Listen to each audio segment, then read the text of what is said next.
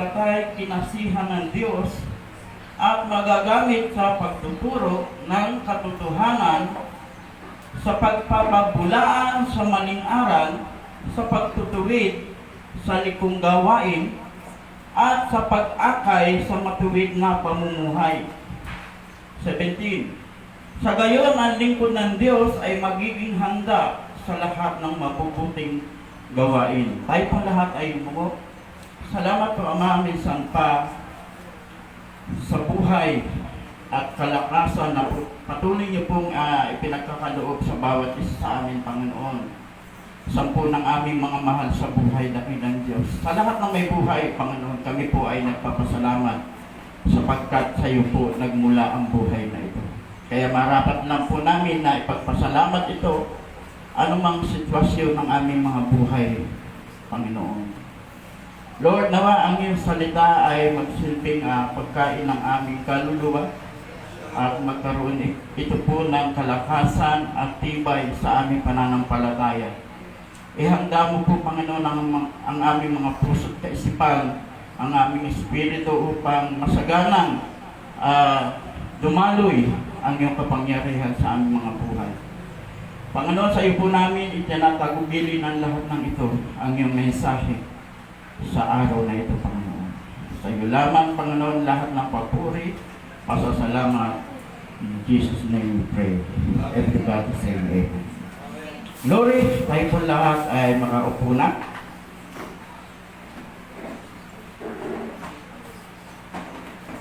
Alam niyo po, sa tagal na rin na ginagamit ako ng Panginoon, ay ako po ay nangangailangan din ng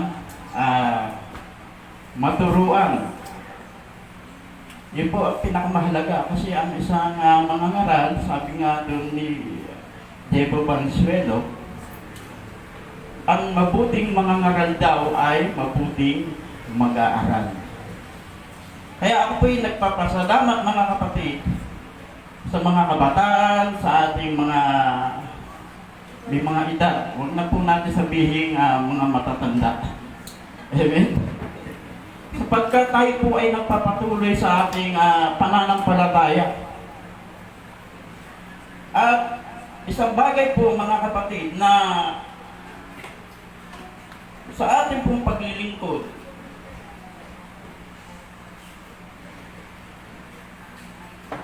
ito po ay nagiging matatag po tayo kung tayo po ay nagpapatuloy. Alam niyo po itong 2 Timothy, ito po ay pangalawang sulat ng, bibigyan ko lang po ng historical background, yung ating pag-aaralan. Ito po ay pangalawang sulat ni Apostol Pablo kay Timoteo. Una, ito po ay nagbibigay ng payo sa bawat mananampalataya. Agree po ba kayo doon? Amen. Pangalawa, ito po ay nagbibigay ng katatagan bilang batang mangangaral. At ito po ay ina-address din po sa kapanahunan po natin ngayon. At pangatlo, ito po ay nagbibigay ng kahalagahan na panghawakan natin ang turo ng banal na kasulatan. Sapagkat marami pong mga ngaral ngayon na parang lihis na po sa Biblia. Pangalawa, ang 2 Timothy, ito po yung pangalawang sulat ni Apostol Pablo kay Timoteo. Ito po ay nahati sa 5. Pag-aaralan po natin. Ito po ay, ang number 1, ito po ay sa panimula, chapter 1, verse 1 hanggang 2. Basahin nyo na lang po yan sa inyong bahay pagka kayo po ay nakauwi. At pangalawa, ito po ay tumutukoy sa papuri at parangal. Pag may nakakagawa po tayo ng sa harapan ng Diyos na mabuti, so una sa lahat, ang pumupuri sa atin ang Diyos. Amen? Pangatlo, ito po ay nagbibigay ng payo at babala chapter 2, verse 14. Tapos, chapter 4, verse 5. Diyan pa rin po sa 2 Timothy. At pang-apat, at ito po ay nagbibigay sa atin na sa sarili nating katayuan, sa sariling katayuan ni Apostol Pablo. Chapter 4 ng 2 Timothy, chapter 4, verse 6 hanggang 18 po yan. At pang-lima, ito po yung pagwawakas. Chapter 4, verse 19 hanggang 22. Now, balik po tayo doon sa ating pinag-uusapan.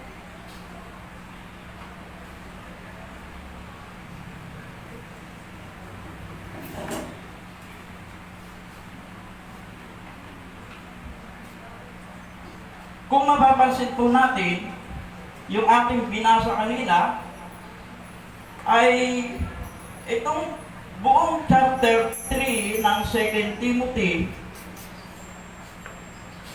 ito po ay nahati sa dalawa. Una, ang mga huling araw, verse 1 hanggang 9. Pangalawa, ito po ay mga huling tagubilin. Kaya ito po ang mahalaga, sabi nga ng ating kapatid na si Brother Arsen, kahit pinakailang mag-aaral talaga tayo ng Biblia. Lalo na sa ating pong mga pundasyon ng iglesia. Sapagkat tayo po ay hahayo, mag-i-evangelism tayo. Amen? Paano po tayo makakapag-share ng salita ng Diyos kung wala po tayong alam sa banal na kasulatan?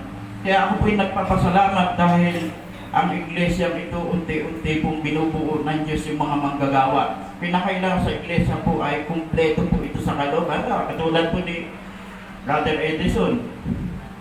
Siya po yung nakatalaga dyan sa mga bagay na yan. Kaya isa pong kapurihan sa ating Diyos yung ating pong ginagampanan sa ating mga buhay. So ano po ang makikita po natin dito sa chapter 3 ng 2 Timothy, verse 1 hanggang 9. Dapat mong malaman na sa mga huling araw ay magkakaroon ng mga kahirapan. Ang mga tao ay magiging makasarili, saking sa salapi, palalo, mapagmataas, mapagsamantala, swail sa magulang, walang utang na loob at lapastangan sa Diyos. Sila'y magiging malupit, walang habag, mapanirang puri, marahas, mapusok at namumuhi sa mabuti. Sila'y magiging mga taksil, pabaya, mayabang, mahilig sa kalayawan at walang pag-ibig sa Diyos. Sila'y magkukunwaring maka-Diyos, ngunit hindi naman nakikita ang kapangyarihan nito sa kanilang pamumuhay. Iwasan mo ang ganyang uri ng mga tao. May ilan sa kanila na gagamit ng panlilinlang upang makapasok sa bahay ng mga babaeng walang pagpipigil sa sarili. Ang mga babaeng ito ay alipin ng kanilang mga kasalanan at ng sari-saring pagnanasa. Lahat na ay gustong matutuhan ng mga babaeng ito, ngunit kailanmay di sila nakakaunawa. 8. At tulad nila Jake, Hannes at Hambres na sumalungat kay Moises, sila ay sumasalungat din sa katotohanan. Wala silang iniisip na kabutihan at hindi tunay ang kanilang pananampalataya. Verse 9, ngunit hindi magpapatuloy ang kanilang kasamaan, sapagkat makikita ng lahat ang kanilang kahangalan, gaya ng nangyari kina Hannes at Hambres. Amen. Ano po daw ang mangyayari sa mga huling araw? Alam niyo po, ito po yung panahon na mapanganib, sabi nga ng iba. Sapagkat ang sabi nga po sa verse 1, tandaan mo ito, mababatbat ng kahirapan ng mga huling araw. Ang mga tao ay magiging makasarili. Ito po yan, nung araw. Inabot pa po namin yan na ang tao po noon ay nagbabayanihan, ngayon hindi na. Sabi nito, ang tayo magiging makasarili, gahaman sa salapi, palalo, mayabang, at mapang-alipusta. Kaya dito po sa ating church, hindi po pwede dito yung palalo ka, mayabang ka. Kasi ang ninanais po namin dito, yung madala talaga kayo doon, makapasok tayong lahat doon sa kaharian ng Diyos. At walang makakapasok po sa kaharian ng Diyos kung gumagawa po ng mga bagay na ganito. Tandaan po natin yan, mga kapatid. Sabi po rito, mapang-alipusta, suwain sa magulang, walang utang na loob, at lapastangan sa Diyos. Bukod dito, magiging malupit sila, walang habag, mapanirang puri. Kasama dito po yung mahilig makipagchismisan. Hindi lamang iyan, sila ay magiging taksil, walang taros palalo, at mahilig sa kalayawan. Totoo po yan. Sa halip na sa araw ng linggo, ay nasa loob ng simbahan para magpuri at magpasalamat sa Diyos. Nasaan po ngayon yung mga Kristiyano? Nasa mall, hindi po ba? Kaya sabi po rito, sila po ay mahilig sa kalayawan sa halip na sa mga bagay na ukol sa Diyos. Verse 5, sila ay nagkukunwang may pananampalataya. Sasabihin nila, meron din po kami may pananampalataya naman kami. Pero ang sabi ng Biblia, sila po ay nagkukunwang may pananampalataya. Hello?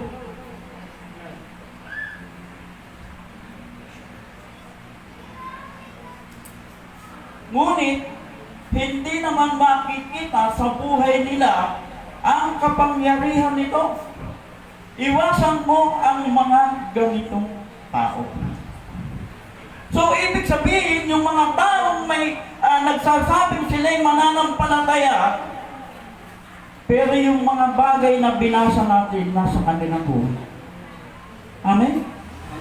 Kaya ang sabi ng Biblia, para hindi puro tayong mahawa sa ganyang mga sistema ng mga nagsasabing may pananampalataya, ang sabi ng Biblia, iwasan po natin sila.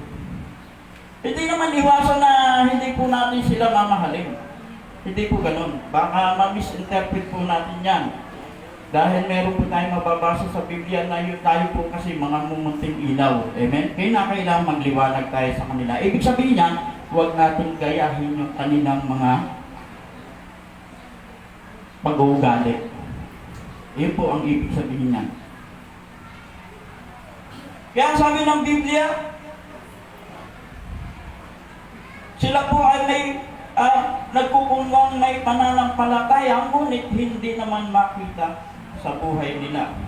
Verse 6, may ilan sa kanila na gagamit ng panlilinlang upang makapasok sa bahay ng mga babaeng hangal. Bibihagi nila ang mga ito na bakbat ng kasalanan at alipin ng sari-saring pitak. Ano po ba'y sari-saring pitak, mga kapatid? Kung mababasa po natin yan, napakarami niyan. Lahat na ibig matutunan ng mga babae ito, ngunit kailanman di sila makaunawa ng katotohanan. Sumasalungat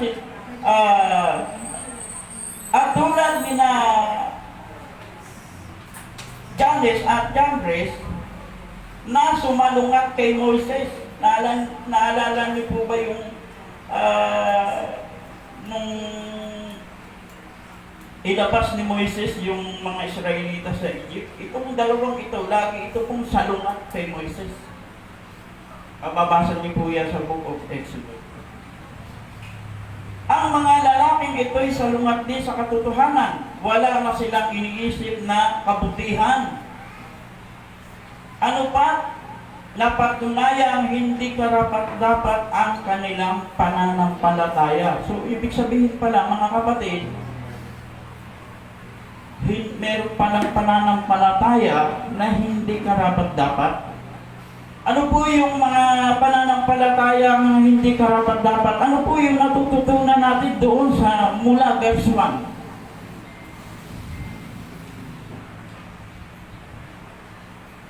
Meron po ba tayong natututunan doon, mga kapatid? Ito po yung mahalaga kasi, mga kapatid, ang banal na kasulatan. Kinakailangan magkaroon po ito sa ating buhay. Ito po ay dapat mag-rema talaga sa ating mga buhay. Hindi po pwede yung magsisimba tayo, uuwi tayo, na wala po tayong natututunan. Amen? Kaya po yung nagpapasalamat dahil sa tagumpay na mga Bible study natin sa iba't ibang lugar. So ano po ba ang ating natututunan doon sa ating binasa mula verse 1? Hanggang verse 9. Sabi dito sa verse 9, ngunit hindi magpapatuloy ang kanilang kasamaan sapagkat mahahayag sa lahat ang kanilang kahangalan, gaya ng nangyari kina Jannes at Jambres. Totoo po yan. Nahahayag sa ating pagkatao. Hanggang tayo po ay magsisimba kada linggo. Ito po ay nahahayag ito sa ating mga sinasabi, sa ating mga ginagawa. Kaya naalala ko yung sabi ni Sir Jury. Sabi niya, Brother Nelson, ilang minuto ba yung iyong pagsasalita, pangangaral? Sabi ko, matagal na yung 45 minutes. Kasi pagka yung napakatagal na oras ang sinasayang natin, minsan wala na po tayong natututunan, hindi po ba? Lalo na medyo kumakalam na yung ating tiyan. Amen? Hindi na pumapasok yung mensahe ng Diyos sa ating mga kaisipan. Kaya kinakailangan din talaga tayong lahat po ay may partisipasyon pagdating sa gawain at alam po natin yung mga bagay na yan na nati-deserve mo natin yung kalagayan ng bawat isa sa atin. Amen po ba? Kaya doon po sa ating binasa, mga kapatid, bago po tayo bigyan po natin ng diin ng puntos talaga yung chapter 16 chapter 3 verse 16 hanggang 17. So ano po yung ating matututunan doon sa ating unang binasa, mga kapatid? Kaya nga po paulit-ulit kung tinatanong, ano po ba yung ating natututunan? Napakahalaga po yan, mga kapatid. Na itong banal na kasulatan, nasabi ito po ay kinasihan ng kapangyarihan ng Diyos. Sa verse 9, ang sabi po rito, ngunit, ay natapos na po natin yan, di ba? Sa verse 10, ngunit sinusunod mo ang aking aral, ugali at layunin sa buhay, tinularan mo ang aking pananampalataya, pagtiyatyaga, pag-ibig at katapatan. Alam niyo po kami nila Ate Lita, nung lagi kami sa halahala, Biyernes pa lang hando na kami. Ulamin at arawin kami sa daan. Andun po yung pagtataga. Kasi nga po mahal po natin lahat ng mga kaluluwa doon sa lugar na yan. Bakit po tayo nagtataga? Amen? Na sabi na nga sa Sunday school natin kanina, hindi namin kailangan ng inyong mga bulsa eh. Ang kailangan po natin dito yung kaluluwa ng tao. Amen? Secondary na lang yan. Kung bukas ang bulsa ninyo dahil sa gawain ng Panginoon, alam niyo po, sa aking obserbasyon, meron pong mga kapatid na Bagamat hindi po sila nangangaral, hindi kasama sa mga Bible study, pero bukas naman po yung kanilang bulsa para sa ating pagkain, para sa ating pong mga gastusin. So, isa po yan sa paglilingkod. Isa po yan sa katagaan at katapatan ng isang Kristiyano. Amin po ba? Mukhang hindi na kayo maka-amin dyan. Hello? Amin, katapatan. Pag-ibig. Sabi nito sa verse 11, nasaksihan mo ang mga pag-uusig sa akin, gayon din ang aking pagtitiis. So, meron talagang pagtitiisan talaga ang Kristiyano. Minsan yung kasama mo sa bahay, kaiba doon sa ugali mo. Di ba? Pagtitiisan mo talaga yan. Ganun din sa church. Di ba? Kasama po yan sa paglilingkod sa ating Panginoon. Sabi rito, sa Antioquia, Iconio at Lystra, ngunit sa lahat ng ito'y iniligtas ako ng Panginoon. Verse 12. At lahat ng may nais na mamuhay ng matuwid bilang tagasunod ni Kristo ay daranas ng pag-uusig. Aba, pag isa ng Kristiyano, hindi ka dumadanas ng pag-uusig, mga kapatid. Kabahan ka na. Baka pinabayaan ka na ng Diyos. Amen? Alam niyo po, ang pag-uusig yung mga problema sa ating mga buhay. Ito po ay bitamina ng ating pananampalataya. Amen po. Bakit dumaranas ka ng mga pag-uusig? Bakit dumaranas ka ng mga pagsubok sa buhay? Para yung pananampalataya mo ay iangat ng Diyos. Para pag dumating yung mga bagay na yan, mga kapatid, sabi nga ng iba, sisiw na yan sa isang Kristiyano.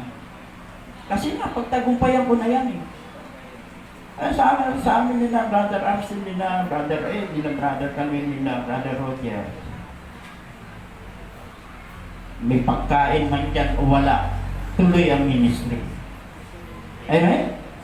Hindi po pwedeng maantala ang gawain na iniwan sa atin ng Diyos.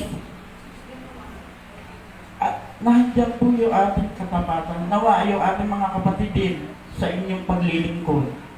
Maging tapat po tayo sa Diyos. Ang sabi ng Biblia, kung tayo po ay magiging tapat sa ating Diyos, ang Diyos po ay hindi magkukulang. Amen? Bakit hindi kayo pumalakpak dyan? Ano ito na pag-usapan niya? Bakit pipilitin pumalakpakan ang mga tao? Alam niyo po kasi pag nag-bless ka, dapat sa mensahe, hindi ka na dapat turuan pa. Amen? Ibig sabihin, ang isang Kristiyano, mayroong pong kusang palo. Ano po ibig sabihin ng kusang palo? Hindi ka na dapat mautusan pa. Kaya, tulad kay Brother Ed, wala. Hindi na siya inuutusan ni Brother Ed. Pero ginagampanan niya yung kanyang gampanin. Amen? Baka ma-focus yung natin kay Brother Edison, dito tayo po-focus sa ating mensahe. Now,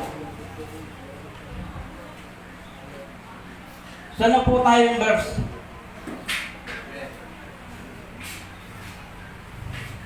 Sabi sa verse 13, ang masamay lalong magpapakasama, ang mga manlilinlang ay patuloy na manlilinlang, at sila man ay malilinlang. Ngunit huwag mong katalikdan ang mga aral na natutuhan mo at matibay na pinapangaligan. Yamang kilala mo ang nagturo dito sa iyo. Mula pa sa pagkabata, alam mo nang ang banal na kasulatan ay nagtuturo ng daan ng kaligtasan sa pamamagitan ng pananalig kay Jesucristo. Purihin po ang Diyos. So dito na po tayo sa ating pong verse na pinagbabasihan. Ang sabi po rito, ano ba ang benepisyo sa atin ng banal na kasulatan o ng salita ng Diyos? So, ano ba yung nagiging kapakinabangan natin? Bakit tayo po ay nagbabasa at nakikinig ng banal na kasulatan?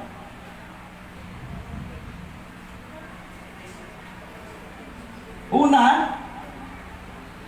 ito po ay nagiging kagamit-gamit sa ating buhay. Amen?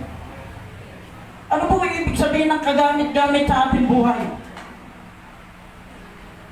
Pag tayo po ba ay inuusik, mga kapatid, pag tayo po ba ay ginagawa ng masama, sabi ng Biblia, huwag ninyong gantihan ng masama ang gumagawa sa inyo ng masama. May mga talata po yan.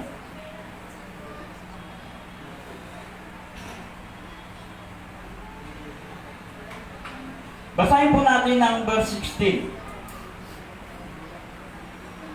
Ang sabi po rito, lahat ng kasulat ay pinasihan ng Diyos at magagamit saan?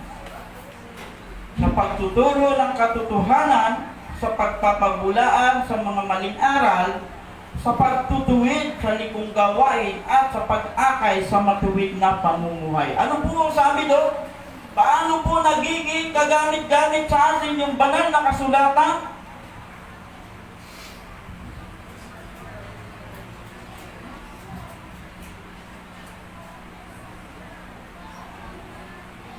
Paano ba nagiging kagamit-gamit sa atin yung salita ng Diyos? Tayo po ba ay mananatiling taga-upo lang?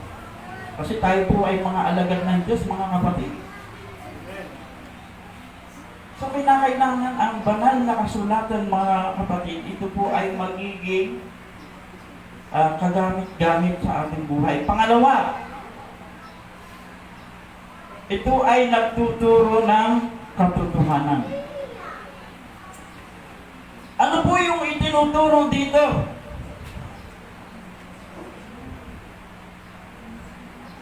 Ng katotohanan. Kung babalikan po natin yung verse 1, chapter 3. Nang sabi na, bagamat may pananampalataya pero hindi makita sa ating buhay. Amen? Hindi po tayo lalayo dito sa chapter na to.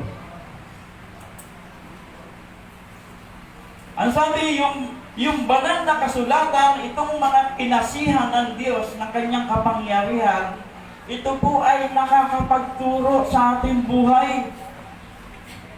Na hindi po tayo mananatiling stagnant po yung ating pananampalataya. Kinakailangan ito po ay lumago. Amen po ba? Na hindi lamang sa financial po tayo lalago, pangako ng Diyos yan eh. Maging sa spiritual na aspeto ng ating mga buhay. Kinakailangan lumago po tayo. Para sabi, ang banal na kasulatan ay nakakapagturo po ito ng katotohanan sa ating mga buhay. Ang pangatlo, ito ay nagsasawata ng maling aral at maling pamumuhay. Amen? Alin po bang sinasawata sa ating buhay? Natural, kung babalikan natin yung verse 1 ng chapter 3, may mga bagay na meron pa rin po tayong ginagawa. Amen? At minsan yung meron tayong naipangaral na medyo taliwas doon sa banal na kasulatan.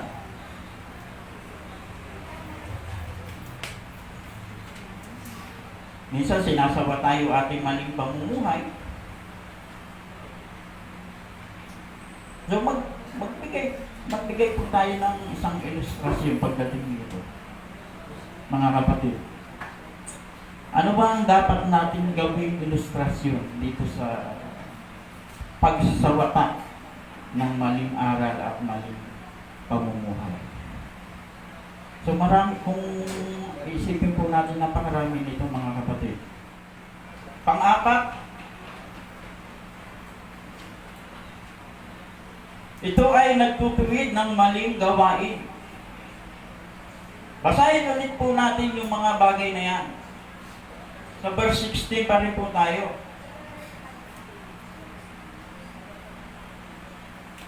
Sabi rito, lahat ng kasulatan ay pinasihan ng Diyos, magagamit sa pagtuturo ng katotohanan, sa pagpapabulaan, sa maling aral, sa pagtutuwid ng maling pamumuhay. Ano po ba yung maling pamumuhay? O maling aral? Saan na ba tayo? Sa pang-apat na? Pang-apat na. Pagtutuwid ng maling gawain. Ano po ba yung mga maling gawain po natin mga kapatid? Napakadami niya. Halimbawa, kung babasahin po natin itong verse 8. Sabi rito, at tulad nila Janes at Jambres na sumasalungat kay Moises, at mga lalaking ito'y salungat din sa katotohanan. Kung itataas po natin sa verse 6, sabi dito, may ilan sa kanila na gagamit ng panlilinlang. Ito po yung mga maling gawain na minsan nagagawa po natin sa ating mga buhay. Sabi, upang makapasok sa bahay ng mga babaeng hangal. Sino po ba yung tinutukoy ditong babaeng hangal? Sabi, bibihagi nila ang mga ito na bakbak ng kasalanan. Meron pala mga ganitong mga tao na naiibig matutuhan ng mga babaeng ito, ngunit kailang may di sila nakakaunawa ng katotohanan, at tulad nila Janes at Jambres na sumasalungat kay Moises, ang mga lalaking ito'y salungat din sa katotohanan. Wala na silang iniisip na mabuti, ano pa, napatunayang hindi karapat-dapat ang kanilang pananampalataya.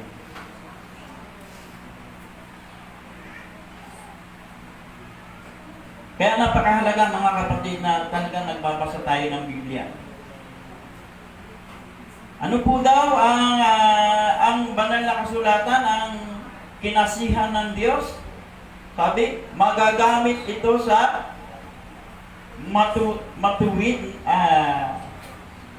nagtutuwid ng maling gawain. Ano po ba itong mga maling gawain sa ating mga buhay? So, kayo na lang po ang nakakaalam niyan at ang Diyos. At panglima, ito ay nag-aakay sa, ano po sabi doon?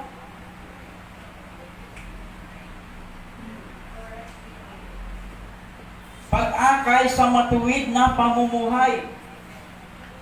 Ang banal na kasulatan po daw, ang Biblia, ay nag-aakay sa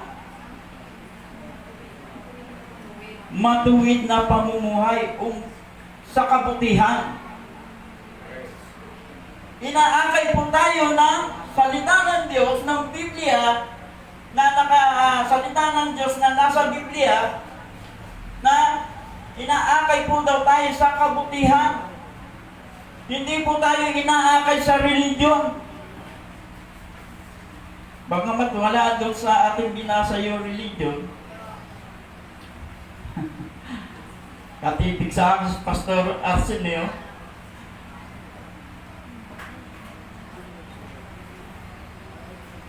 ang sabi ng Biblia, tayo po ay inaakay sa kabutihan. Totoo po yan. May relihiyon nga tayo. Samba tayo ng samba. Kada linggo, paglabas po natin ng simbahan, balik tayo sa maling gawain. Nakakahiya sa Diyos, hindi po ba? Huwag na tayo mahiya sa kapitbahay natin, sa Diyos na lang tayo mahiya. Kaya ito po ang kahalagahan ng Biblia, ng salita ng Diyos na nakasulat dito sa Biblia. Na sabi tayo po ay inaakay sa kabutihan, sa matuwid na pamumuhay. Hindi man po ito instant na nababago yung ating buhay, pero step by step po yung ginagawa ng Diyos sa ating buhay. Amen? Amen. Kaya nga po, lagi tayo nagsisimba. Lagi tayo pong sumasamba sa ating Diyos. Pangalawa, ano ang naiidulot ng salita ng Diyos sa ating buhay? Doon po, kung babasahin po natin ang verse 17. Step 17, basa. Amen. Upang ang lingkod ng Diyos ay magiging karapat-dapat at handa sa lahat ng mabubuting gawain. Amen. Ano po daw ang sabi? Upang daw ang lingkod ng Diyos ay maging, ano po sabi doon? Ay maging handa sa lahat ng mabubuting gawain. Hindi po sinabi sa Biblia na ang lingkod ng Diyos ay maging handa saan? Doon sa pakikipagchismisan? O doon sa mga bagay na binasa natin dito sa chapter na ito? Ang sabi, upang ang lingkod po daw ng Diyos ay maging handa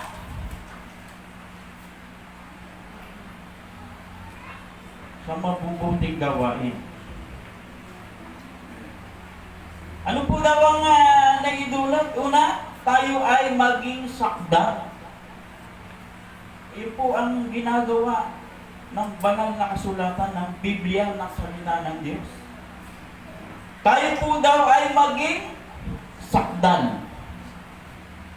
Sa ibang sali po kasi nakasulat yung sakdan. Pangalawa, doon muna tayo sa pagiging sakdan. Paano tayo magiging sakdan? Kung hindi po tayo magpapatuloy sa pakikinig ng salita ng Diyos. Amen? Paano tayo magiging sakdan kung hindi tayo susunod sa pinag-uutos ng Diyos? Paano tayo papasok sa kaharian ng Diyos kung hindi po tayo magiging sakdan? Kaya sa ating po mga Kristiyano, mga kapatid, yung pananaw po natin napakalawak na. Ang pananaw po natin dito po ay para doon sa buhay na walang hanggan, na makapiling ang Diyos. Amen? Hindi ang pananaw po natin doon sa mga bagay na pansamantala, na kung babasahin natin ang Biblia, ang lahat ng ito'y susunugin lang ng Diyos. Pupugnawin ng Diyos. Dapat ang mga anak ng Diyos, ang pananaw po natin doon sa mga bagay na makalangit. Hindi ko sinasabing masama yung mga material na bagay. Secondary na lang po yan.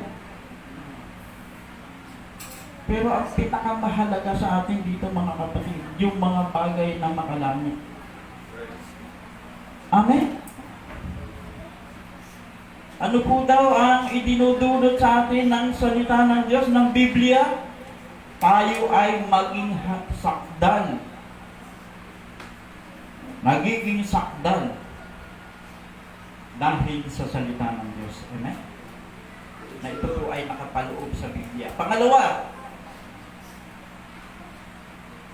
bago po tayo sa konklusyon, tayo ay magiging mabuti.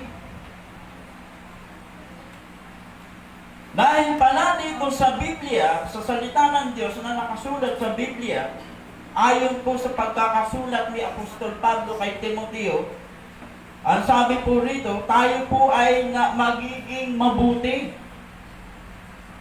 Alam niyo po, magkaiba kasi yung mabuti sa mabait na tao eh. Tandaan niyo po yan. Ang mabuting tao kahit gawan mo ng gawan ng masama yan, bagamat yan ay mabuti.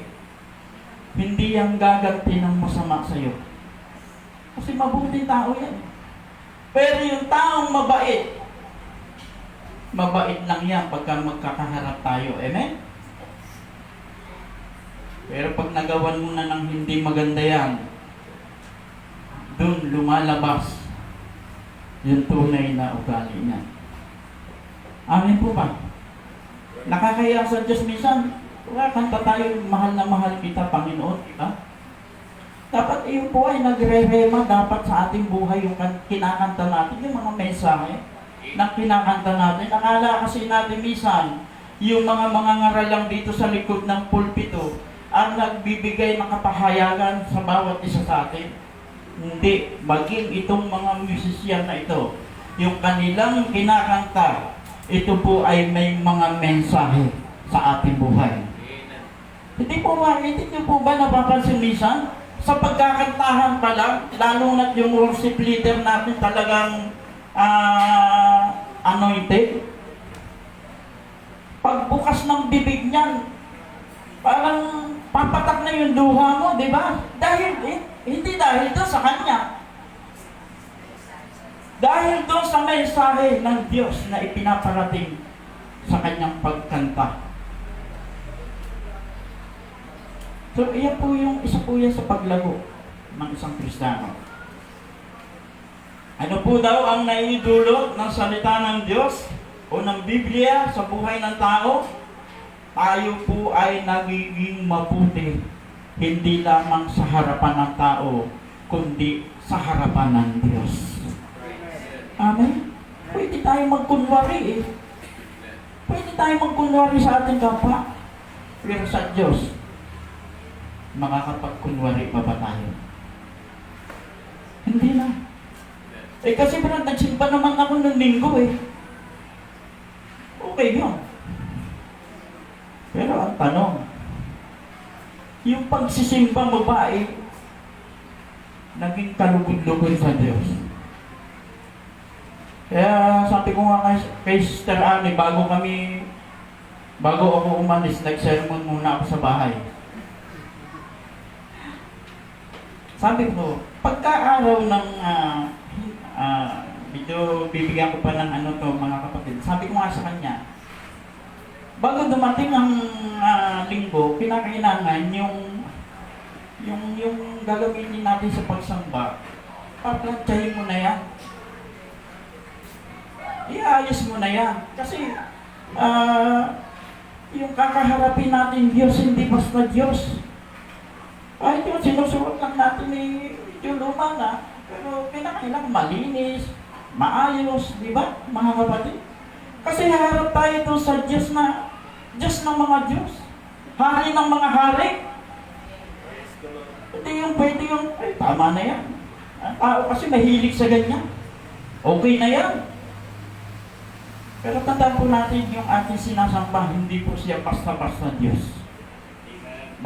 Maraming Diyos, pero iisa lang ang tunay na Diyos. Amen. So, bilang conclusion mga kapatid, alin po tayo dito sa ating binasa? Paano po ba natin ilalapat yung ating sarili dito sa ating pinag-aaralan ito? Iyon po ang pinakamahalaga mga kapatid. Na habang tayo po ay sumasamba, habang tayo nagsisimba, kinakailangan nakaprepare po yung ating mga puso, yung ating mga espiritu, para ang salita ng Diyos malayang makakilos sa ating mga buhay. Paano po makakakilos ang banal na espiritu sa ating mga buhay? Habang tayo po ay sumasamba, tayo po ay nagkukwentuhan, hindi tayo nakapokus doon sa salita ng Diyos, mga kapatid. Kaya minsan ang nagiging dating ng ating pagsamba para pong tradisyon na lang. Eh kasi linggo ngayon, kailangan sumamba ako. Hindi po ganun yung kadali. Hindi po ganun lang yun. Kaya po tayo nagsasamba para sumamba sa tunay na Diyos. Amen. I-respeto natin siya. Kung ang mga magulang natin, nire-respeto po natin. Higit sa lahat, yung Ama natin nasa langit. Amen? Amen. Dahil siya po ang nagbibigay sa atin ng buhay at kalakasan. Tinutugon niya yung ating mga pangangailangan. Iyon po ang pinakamahalaga, mga kapatid. So, alin po tayo dito sa ating mga binasa? Andito po ba tayo sa mga nagkukunwang may pananampalataya? Andito po ba tayo sa nagkukunwari lang? O nanlilin lang? O nandito po tayo dito sa verse 10? Hanggang 50. Dito tayo magtatapos dahil may basa. Amen. Verse 10, Ngunit sinunod mo ang aking itinuro sa iyo, ang aking ugali at layunin sa buhay. Tinularan mo ang aking pananampalataya, pagtatyaga, pag-ibig, at katapatan. Nasaksihan mo ang mga pag-uusig at paghihirap na dinanas ko sa Antioquia, Iconio at Listra. Napakahirap ng dinanas ko, ngunit sa lahat ng iyon ay iniligtas ako ng Panginoon. Gayon din naman, ang lahat ng nagnanais mamuhay ng matuwid bilang tagasunod ni Kristo Jesus ay daranas ng mga pag-uusig. Samantalang ang masasama ay lalo namang magpapakasama, at ang manlilinlang ay patuloy na manlilinlang, at sila man ay malilinlang din. Ngunit ikaw, magpatuloy ka sa mga aral na natutunan mo at matibay mong pinaniniwalaan, sapagkat kilala mo ang mga nagturo nito sa iyo. Mula pa sa pagkabata ay alam mong ang banal na kasulatan ay nagtuturo ng daan ng kaligtasan sa pamamagitan ng pananampalataya kay Kristo Jesus. Amen. Sabi doon sa verse 10, Ngunit sinunod mo ang aking aral, ugali, layunin sa buhay, tinularan mo ang aking pananampalataya, pagtsatsaga, pag-ibig, at katapatan. Hallelujah. Tayo po lahat ay tumayo.